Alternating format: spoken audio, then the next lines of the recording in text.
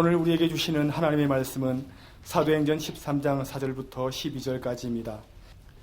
두 사람이 성령의 보내심을 받아 실루기아에 내려가 거기서 배 타고 구브로에 가서 살라미에 이르러 하나님의 말씀을 유대인의 여러 회당에서 전할세 요한을 수행원으로 두었더라. 온 섬 가운데로 지나서 바부에 이르러 바예수라 하는 유대인 거짓 선지자인 마술사를 만나니 그가 총독 서기오 바울과 함께 있으니 서기오 바울은 지혜 있는 사람이라 바나바와 사울을 불러 하나님의 말씀을 듣고자 하더라. 이 마술사 엘루마는 이 이름을 번역하면 마술사라.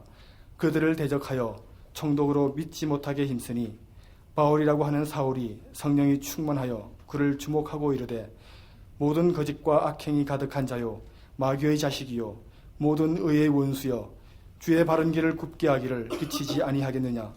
보라, 이제 주의 손이 내 위에 있으니 내가 맹인이 되어 얼마 동안 해를 보지 못하리라 하니 즉시 안개와 어둠이 그를 덮어 인도할 사람을 두루 구하는지라. 이에 총독이 그렇게 된 것을 보고 믿으며 주의 가르치심을 놀랍게 여기니라. 아멘.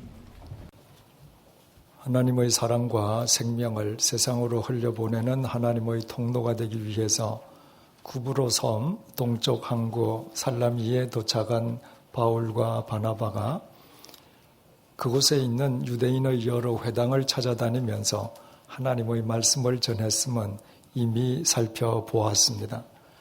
오늘 이 시간에 우리가 함께 생각해 보고자 하는 것은 그리스도인들이 하나님의 사랑과 생명의 통로로 살아간다는 것이 구체적으로 무엇을 의미하느냐는 것입니다. 사람을 찾아다니면서 하나님의 말씀을 전하는 것이겠습니까? 하나님의 사랑과 생명의 통로로 살아가는 삶 속에 하나님의 말씀을 전하는 것이 포함될 수는 있지만 그러나 그 자체가 하나님 통로되었음의 유일한 증거일 수는 없습니다. 자기의 공명심을 위해서, 자기의 야망을 위해서 혹은 자기의 유익을 위해서도 얼마든지 하나님의 말씀을 전할 수 있기 때문입니다. 자신의 목적을 위해 하나님의 말씀을 얼마든지 수단으로 사용할 수 있다는 말입니다. 어느 날 제자 빌립이 예수님께 하나님을 보여달라고 요구했습니다. 이에 대한 예수님의 답변을 요한복음 14장 9절에서 12절이 이렇게 증언합니다. 빌립아, 내가 이렇게 오래 너희와 함께 있으되 네가 나를 알지 못하였느냐? 나를 본 자는 아버지를 보았거늘 어찌하여 아버지를 보이라 하느냐? 내가 아버지 안에 거하고 아버지는 내 안에 계신 것을 내가 믿지 아니하느냐? 내가 너희에게 이르는 말은 스스로 하는 것이 아니라 아버지께서 내 안에 계셔서 그의 일을 하시는 것이라. 내가 아버지 안에 거하고 아버지께서 내 안에 계심을 믿으라. 그렇지 못하겠거든 행하는 그 일로 말미암아 나를 믿으라. 예수님께서는 당신이 하나님 아버지 안에 계시고 또 하나님 아버지께서 당신 안에 계시기에 당신을 보는 것이 곧 하나님 아버지를 뵙는 것이라고 말씀하셨습니다. 만약에 그 말을 믿을 수 없다면 당신이 행하시는 일을 보고 그 말을 믿으라고 말씀하셨습니다. 예수님의 삶은 온통 하나님을 이 세상에 드러내어 보여주기 위한 하나님의 통로였기 때문입니다. 만약에 예수님께서 이 땅에 오시지 아니하셨다면 죄와 사망의 굴레로부터 우리를 구원해 내시려는 하나님의 사랑이 얼마나 지대한지 우리는 알 수 없을 것입니다.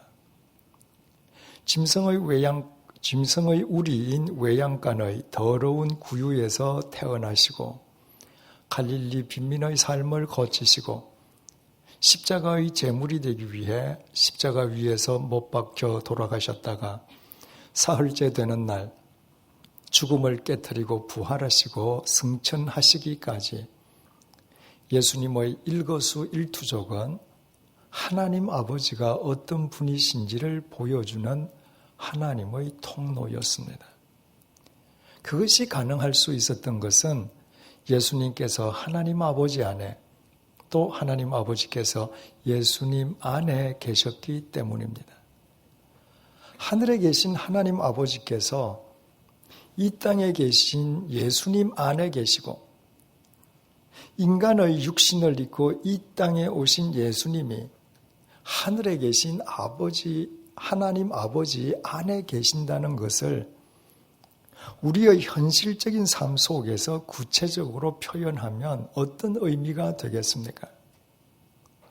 그것은 인간의 육신을 입고 이 땅에서 사셨던 예수님께서 오직 하나님 아버지의 마음으로, 하나님 아버지의 심정으로 사셨음을 의미합니다. 만약 제가 제 아내의 마음으로 살아가고 제 아내가 남편인 제 심정으로 매사를 판단하고 행동한다면 그것은 아내와 제가 각각 다른 두 지체를 지니고 있긴 하지만 제가 제 아내 안에, 제 아내가 제 안에 있는 것과 마찬가지가 됩니다. 사람들은 제 삶을 통해 제 아내를 보게 될 것이고 제 아내의 언행을 통해서 저를 만나볼 수 있게 될 것입니다. 예수님께서 온전히 하나님의 마음으로 사셨기에 그 예수님을 본 사람은 하나님을 뵌 것과도 같았습니다. 오직 하나님의 마음으로 살아가는 예수님의 삶을 통해 하나님이 온전히 세상에 드러나셨기 때문입니다. 그리스도인들이 하나님의 사랑과 생명의 통로로 살아간다는 것은 주님을 본받아서 당신의 독생자를 십자가의 제물로 버리시기까지 우리를 사랑하신 하나님의 마음으로, 하나님의 심정으로 살아가는 것을 의미합니다. 우리는 오늘 본문 속에서 이 사실을 확인할 수 있습니다. 6절에서 7절 상반절을 보시겠습니다. 온 섬 가운데로 지나서 바보에 이르러 바 예수라 하는 유대인 거짓 선지자인 마술사를 만나니 그가 총독 서기오 바울과 함께 있으니, 바나바와 바울은 그들의 첫 번째 기항지였던 살라미를 출발해서 그곳에서 180km 떨어져 있는 구브로 서쪽 항구 바보에 도착했습니다. 바보에는 구브로 섬을 통치하는 로마 총독의 관저가 있었고 당시의 로마 총독 이름은 서기오 바울이었습니다. 바나바와 바울은 그곳에서 유대인 마술사 바 예수를 만났는데 바 예수는 총독의 측근이었습니다. 우리말 마술사로 번역된 헬라어 마고스는 박사, 무당, 점성술사, 해몽가 등의 뜻을 지닌 단어로서 이를테면 바 예수는 마술을 행하고 점을 쳐주는 일종의 점쟁이인 셈이었습니다. 본문은 그를 가리켜서 거짓 선지자였다고 말하고 있습니다. 그가 얼마나 거짓된 인간이었는지는 자칭 바 예수라고 주장한 데서 잘 드러나고 있습니다. 바 예수는 여호수아의 아들이라는 의미입니다. 히브리식 이름인 여호수아는 구원자라는 의미이고 그 이름의 헬라식 표현이 바로 예수입니다. 그러므로 바 예수가 자신을 바 예수로 칭했다고 하는 것은 자기 자신이 바로 구원자의 아들, 다시 말해서 자신이 구원자 예수임을 사칭하는 거짓된 인간이었습니다. 우리나라 무당이나 점쟁이들이 자기 자신을 아무개 도사라고 내세우는 것보다 더 심한 경우의 인간이었습니다. 이처럼 한심한 거짓 선지자 점쟁이를 자신의 측근으로 옆에 둔 총독은 좀 유별나거나 아니면 어딘가 모자라는 사람처럼 비칠 수도 있습니다. 그러나 첨단 과학 시대라고 하는 오늘날에도 유명 점쟁이들은 성업을 이루고 있고 일간지에 오늘의 운세니 별자리 운세니 버젓이 게재되고 있습니다. 그런가 하면 입시철이나 선거 때가 되면 점쟁이 집은 문전성시를 이루고 있습니다. 미국에서는 점성술사의 조언에 따라서 매일의 일정을 짰던 대통령도 있었습니다. 이처럼 소위 세상에서 출세하거나 성공한 사람들 사이에서 유명 점쟁이들이나 점성술사가 더 명성을 떨치는 것은 세계 어느 곳에서나 볼 수 있는 공통적인 현상입니다. 그러므로 거짓 선지자 바예수 점쟁이를 자신의 측근으로 두고 있었던 총독은 유별나거나 모자라는 사람이 아니었습니다. 그는 인간이 지위 고하를 막론하고 본질적으로 얼마나 어리석은 존재인지를 보여주는 또 한 명의 어리석은 인간에 지나지 않았습니다. 7절 하반절입니다. 서기오 바울은 지혜 있는 사람이라 바나바와 사울을 불러 하나님의 말씀을 듣고자 하더라.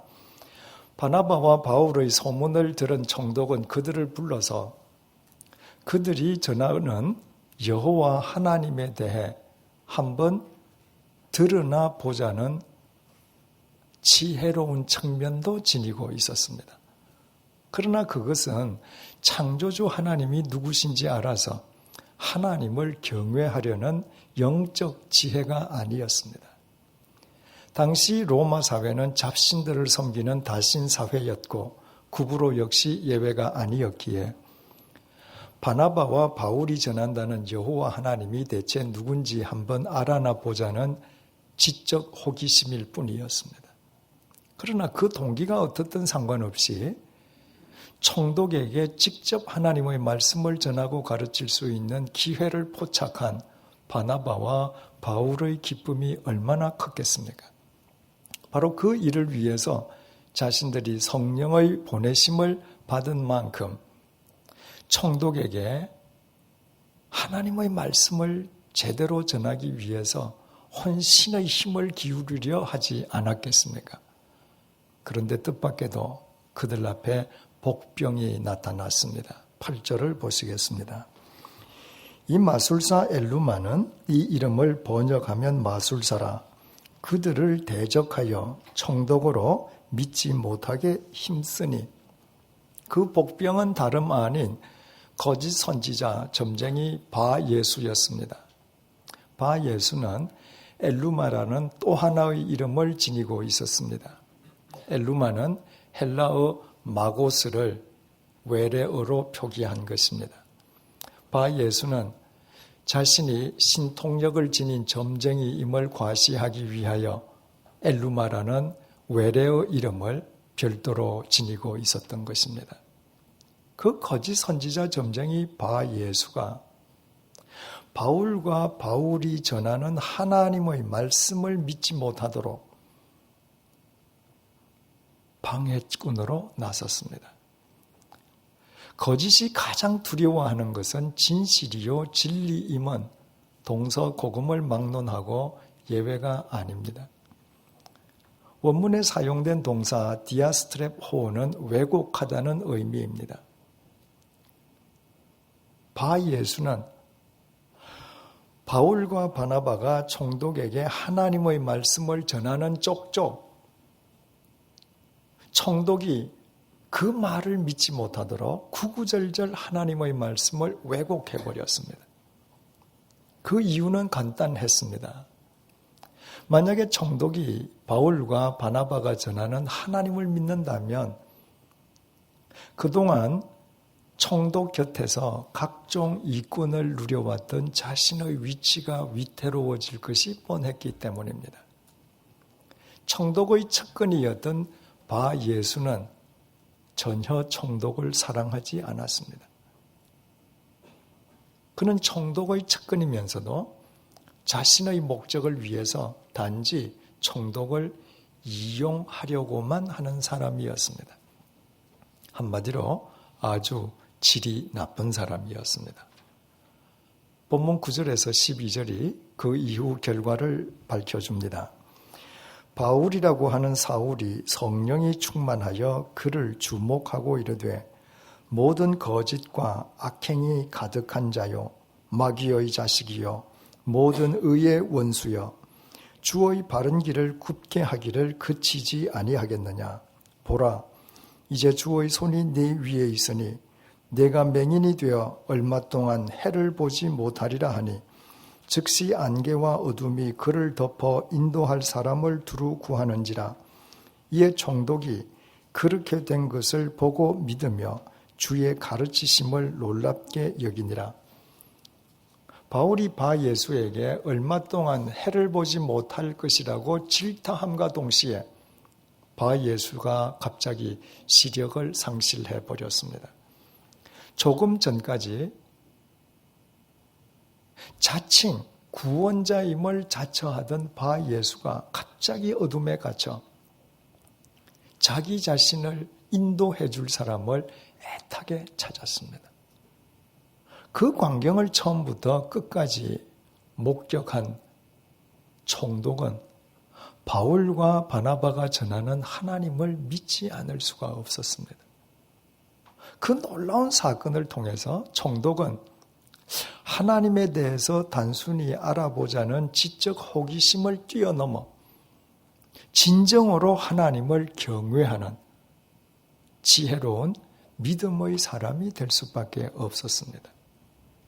바울이 구브로 섬의 바보까지 찾아가서 생면부지의 관계인 총독에게 혼신의 힘을 다해 하나님의 말씀을 전한 것이 하나님의 사랑이었다면 총독의 영혼을 무너뜨리기 위해서 하나님의 말씀을 왜곡까지 하는 바 예수의 불의를 물리치기 위해 그의 눈을 어둡게 한 것은 하나님의 정의였습니다. 하나님의 사랑과 하나님의 정의는 마치 동전의 양면과 같아서 결코 분리될 수 없다고 했습니다. 하나님의 사랑에 토대하지 않는 정의는 폭력일 뿐이요. 하나님의 정의와 무관한 사랑은 도리어 인간을 망치는 마약일 따름이라고 했습니다. 하나님의 사랑의 또 다른 이름이 하나님의 정의고 하나님 정의의 또 다른 모양이 하나님의 사랑입니다. 이런 관점에서 거짓 선지자 바 예수의 속박에 갇혀 있는 총독에게 그를 구원하기 위해 하나님의 말씀을 전한 것이 하나님의 사랑이었다면 그를 무너뜨리려는 바 예수의 불의를 물리치고 그를 지켜준 것은 하나님의 정의였습니다. 이를테면 바울은 하나님의 사랑과 하나님의 정의를 동시에 행하는 사람이었습니다. 그것이 바울에게 가능할 수 있었던 것은 본문 9절에 의하면 바울이 성령이 충만했기 때문이었습니다. 하나님의 영이신 성령이 충만하다는 추상적인 표현을 우리가 구체적으로 알아듣기 쉽도록 오늘의 용어로 표현하면 바울이 성령님의 빛 속에서 하나님 아버지의 마음에 사로잡혀 하나님의 심정으로 살아가는 사람이었음을 의미합니다. 그래서 바울은 거짓 선지자 바 예수의 손 안에 갇혀있는 총독에게 혼신의 힘을 다해 하나님의 말씀을 전했습니다.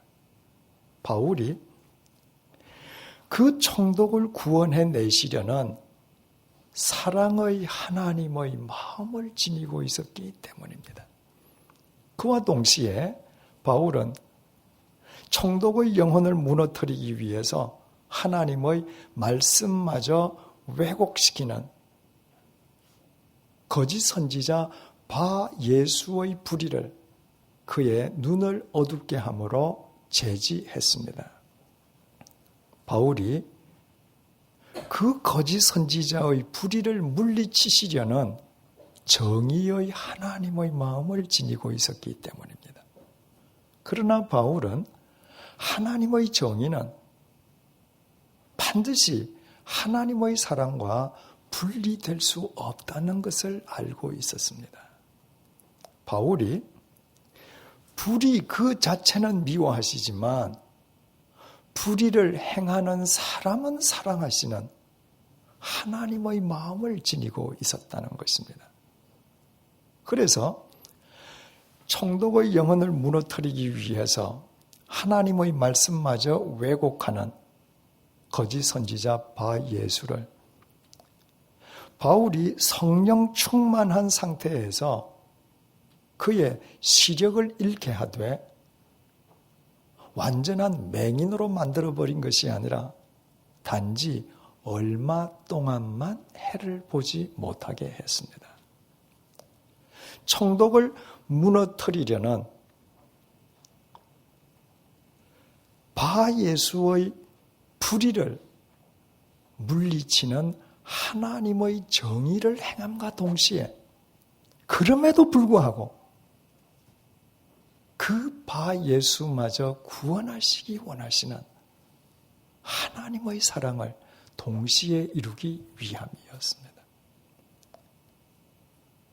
거들먹거리던 바 예수가 갑자기 시력을 상실하고 자신을 인도해 줄 사람을 애타게 찾는 것을 자신의 눈으로 직접 목격하기만 한 총독이 하나님을 믿을 수밖에 없었다면 하나님의 말씀을 왜곡하다가 졸지에 시력을 상실한 장 본인인 거짓 선지자 바 예수가 그 이후에 시력을 되찾은 다음 허황한 거짓된 거짓 선지자의 삶을 떨쳐버리고 누구보다도 하나님을 경외하는 사람이 되었을 것임은 두말할 나위가 없지 않겠습니까?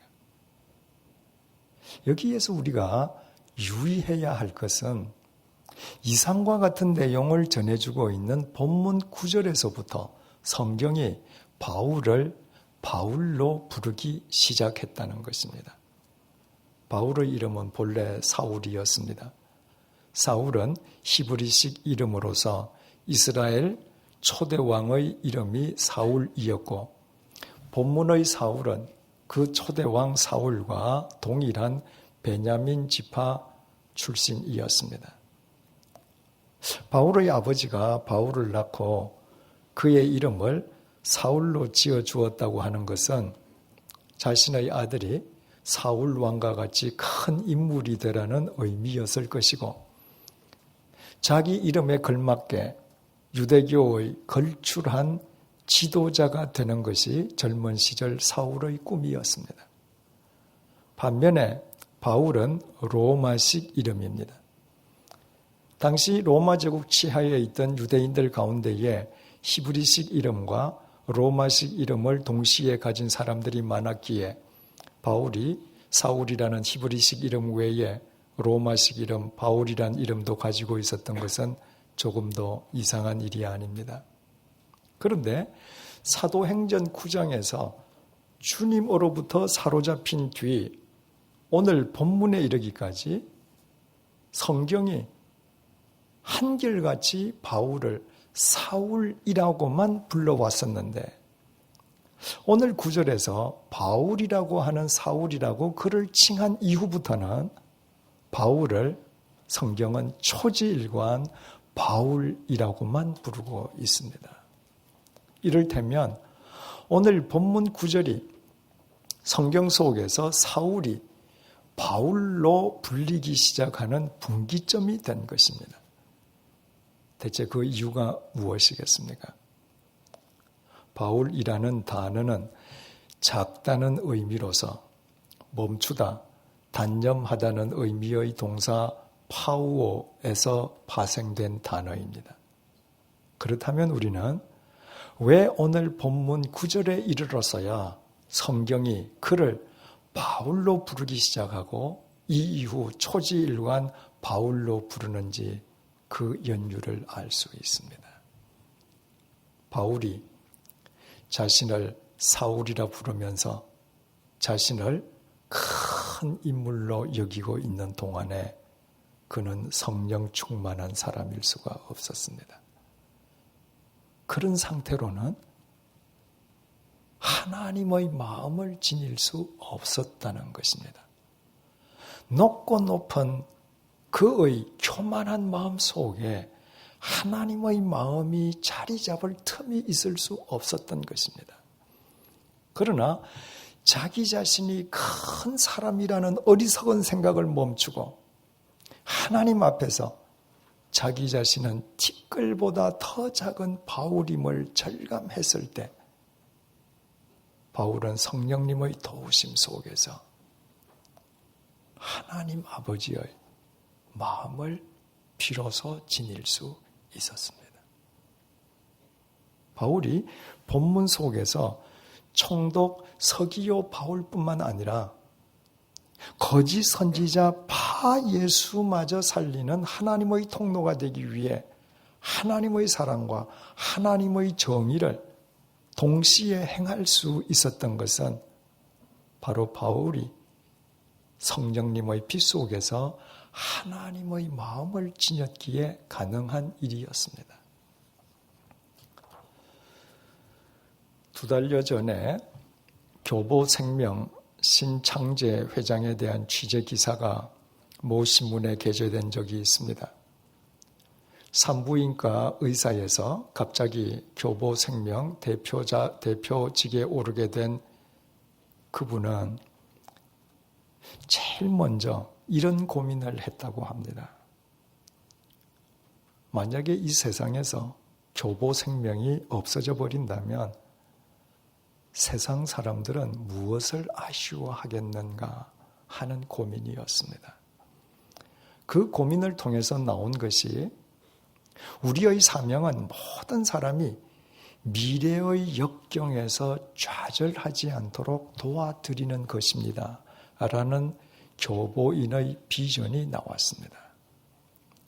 그분은 보험의 요체는 사랑과 정의고 윤리 경영이나 사회적 책임 경영은 모두 이를 위함이라고 말을 했습니다.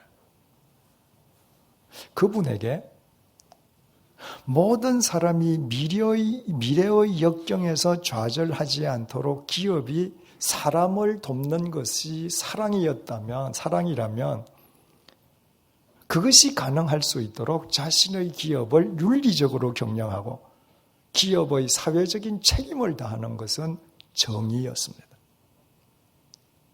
저는 그분이 주님을 믿는 그리스도인인지 아닌지 알지 못합니다. 그러나 그분은 사랑과 정의는 결코 분리할 수 없다는 것을 알고 자신의 기업을 통해 그 양자를 모두 구현하려고 애쓰는 기업인이었습니다. 그런 기업인이, 그런 사람들이 우리 사회에 많아진다면 이 세상은 얼마나 훈훈해지겠습니까? 많은 사람이 사랑을 외치면서도 정의에는 둔감한 사람들이 많습니다. 하나님의 정의를 외면한 인간의 사랑은 인간을 살릴 수도 없을 뿐더러 세상을 새롭게 할 수도 없습니다. 정의를 외치면서도 정의의 또 다른 이름인 사랑을 외면하는 사람들도 많이 있습니다. 하나님의 사랑을 토대로 하지 아니한 인간의 정의는 정의를 외치면 외칠수록 사람을 죽이고 사람과 사람의 편을 나눌 뿐 이 사회와 민족을 결코 통합시킬 수 없습니다. 오늘은 죄와 사망으로부터 우리를 구원해내시기 위해서 2000년 전에 주님께서 이 땅에 오신 주님의 성탄을 기리는 대림절 넷째 주일입니다. 하나님을 보여달라고 요구하는 빌립에게 나를 본 자는 아버지를 보았거늘 어찌하여 아버지를 보이라 하느냐고 반문하신 예수님께서는 내가 아버지 안에 있고 아버지께서 내 안에 계신다고 말씀하셨습니다. 그 말씀의 의미는 육신을 입고 이 땅에 오신 주님께서 온전히 하나님의 마음으로 사셨음을 의미한다고 했습니다. 그 주님께서 요한복음 14장 19절에서 20절을 통하여 또 이렇게 말씀하셨습니다. 조금 있으면 세상은 다시 나를 보지 못할 것이로되 너희는 나를 보리니 이는 내가 살아있고 너희도 살아있겠음이라. 그 날에는 내가 아버지 안에 너희가 내 안에 내가 너희 안에 있는 것을 너희가 알리라. 그 날이란 예수님의 고난과 부활 승천에 이어 성령님께서 강림하시는 때를 의미합니다. 성령님께서 임하시면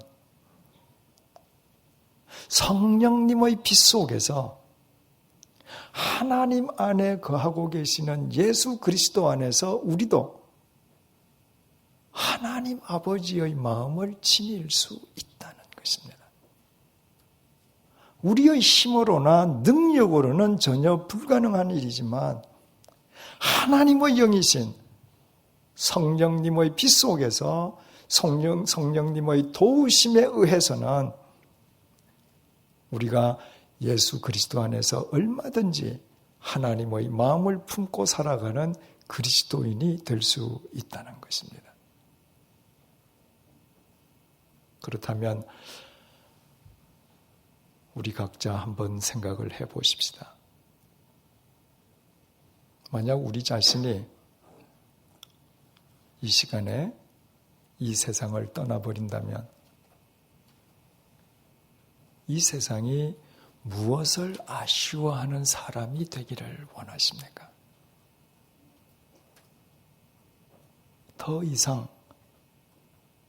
하나님 아버지의 심정을 품고 살아가는 사람을 이 세상에서 만날 수 없다고 세상 사람들이 아쉬워하는 그런 사람이 되기를 원치 않으십니까? 만약 100주년 기념교회가 이 땅에서 없어져 버린다면 세상 사람들이 무엇을 아쉬워하는 교회가 되기를 원하십니까? 더 이상 하나님의 사랑과 하나님의 정의가 동시에 결실되는 것을 볼 수 없다고 세상 사람들이 아쉬워하는 그런 교회가 되기를 원치 아니하십니까? 그렇다면 우리 모두 지금 우리 가운데 임해 계시는 성령님의 빛으로 우리 자신을 비추어 보십시다. 그동안 스스로 큰 자라 여겨왔던 우리 자신이 성령님의 빛 속에서는 이 세상의 가장 작은 티끌보다 더 작은 존재에 지나지 않습니까? 우리 모두 성령님의 빛 속에서 작고 작은 바울들이 되십시다. 우리 모두 성령님의 인도하심을 쫓아 오직 말씀과 기도로 예수 그리스도 안에 거하십시다. 그때 우리가 아무리 보잘것없는 존재라 할지라도 우리 역시 예수 그리스도 안에서 하나님 아버지의 마음을 품고 이 세상에 하나님의 사랑과 하나님의 정의를 꽃피우는 성령 충만한 그리스도인으로 살아갈 수 있습니다. 우리가 그 속에 거하고 있는 주님께서 하나님 아버지 안에 계시고 하나님 아버지께서 그 주님 안에 계시기 때문입니다. 기도하시겠습니다. 대림절 넷째 주일을 맞아 성령님께서 우리 가운데 빛으로 임하시어 우리 자신의 실상을 직시하게 해 주셔서 감사합니다. 그동안 우리 자신을 스스로 크다고 착각해왔던 우리의 교만을 용서해 주십시오. 성령님의 빛 속에서 우리의 구원자이신 예수 그리스도 안에 거하는 지극히 작은 바울이 되게 도와주십시오. 하나님 아버지의 마음을 품으신 예수 그리스도 안에서 우리 역시 하나님 아버지의 마음을 지니고 하나님 아버지의 심정으로 살아가도록 인도해 주십시오. 하나님 아버지의 사랑으로 사람을 사랑하되 하나님 아버지의 정의와 동행하게 하시어 우리의 사랑이 도리어 사람을 망치고 세상을 허무는 마약이 되지 않도록 도와주십시오. 하나님 아버지의 정의를 위해 불의와 맞서되 그 정의의 토대가 하나님의 사랑이 되게 해 주셔서 우리의 정의가 사람을 분열시키고 죽이는 폭력으로 전락하지 않도록 도와주십시오. 주님 안에서 하나님 아버지의 마음으로 살아가는 성령 충만한 삶의 기쁨을 언제 어디서나 누리게 도와주십시오. 우리가 이 세상을 떠난 뒤에 남은 사람들이 더 이상 하나님의 사랑과 정의를 볼 수 없다고, 더 이상 하나님의 마음으로 살아가는 사람을 볼 수 없다고 아쉬워하는 그런 그리스도인, 그런 교회가 되게 도와주십시오. 우리로 하여금 주님 안에 거하게 하시고 또 우리 안에 거하고 계시는 예수 그리스도의 이름으로 기도드립니다. 아멘.